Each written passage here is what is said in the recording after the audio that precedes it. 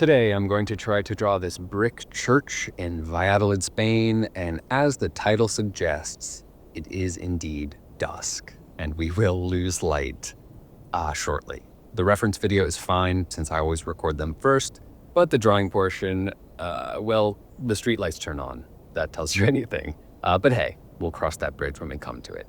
In the meantime, do me a favor and make sure you're subscribed to the channel.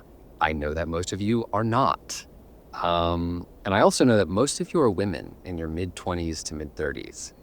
But plenty of you are also men in your 20s to mid-30s. And you're all American. So which of you is it? Who isn't subscribed? And why? Tell me who to blame. I don't know what the point of this is anymore. So subscribe to the channel, please. Anyway, getting started with this one was a question of proportion. I bet you thought I was going to say perspective on account of that's practically all I talk about on here. But actually, perspective's not really important today, as the building is directly facing the camera, and therefore my eye. No, instead, proportion is the name of the game. And so I tried to pick out a part of the reference that was easy to understand, not too broad, and ideally somewhere in the center. So I chose that little rectangle below the topmost rectangle, and I did so because I could have sworn it was perfectly square. I see now, as can you, that it is not perfectly square and is, in fact, more of a wide rectangle, like I said. So off to a good start. Apparently, that little proportional misstep repeated itself throughout the drawing because this whole thing ends up looking significantly narrower than the reference. Everything wide gets squished in from the sides considerably, but I blame the darkness. Clearly, it created some weird illusion between me and the church because how else do you explain it? There's just no other way. Moving on, alongside proportion, which I've been tricked into flubbing, the other significant element to consider is detail. There's very little light here, as discussed, so I don't have to contend much with shading.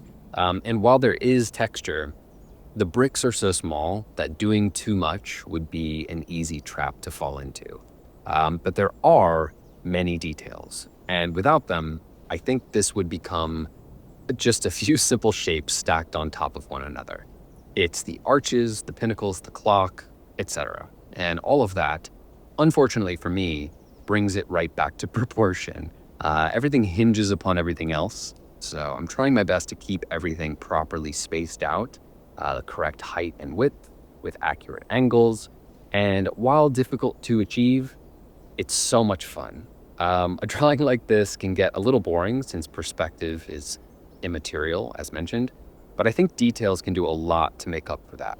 I've said this before, but drawing details can bring me back to more of a childlike experience of drawing, while perspective and values and all that can definitely bring a drawing to life. It's implicit that it's more about like the illusion of those things than what's actually being perceived, I guess. Whereas the details strip that back and they're just the raw data that you don't have to filter or convert. So for this, it feels really fun and freeing to just look up, notice the shapes, and try my best to copy them down on the paper. Obviously, the other stuff is what adds realism to those details, but the whole process is, just a great time. Before we finish this one, I just wanted to talk about something I've thought about a ton over the past few weeks regarding this channel and the whole process you're seeing on screen. For a while, this was a rather large endeavor that candidly demanded a lot of my time. Over time, I've been able to scale that back through streamlining, like the editing, and other systems like that. But even still, it always felt like this machine that I always had to be within a few feet of, God forbid it all broke down or whatever. I've recently accepted that yes, some of that feeling certainly pertains to time management, but also I've been seeing this less as a hobby to share and more as the nascent stage of a, for want of a better word, business. Both would be great, I'll be honest with you. If I can make AdSense from this, I'd be stoked. But the hobby aspect of it That took a back seat somewhere along the way. And for what it's worth, neither of these things are like super conscious thoughts. I'm not waking up in the morning considering any of it, not really. But I think my brain has had a difficult time with the concept of like a true hobby because, like, everything I do, even for money, started as a hobby.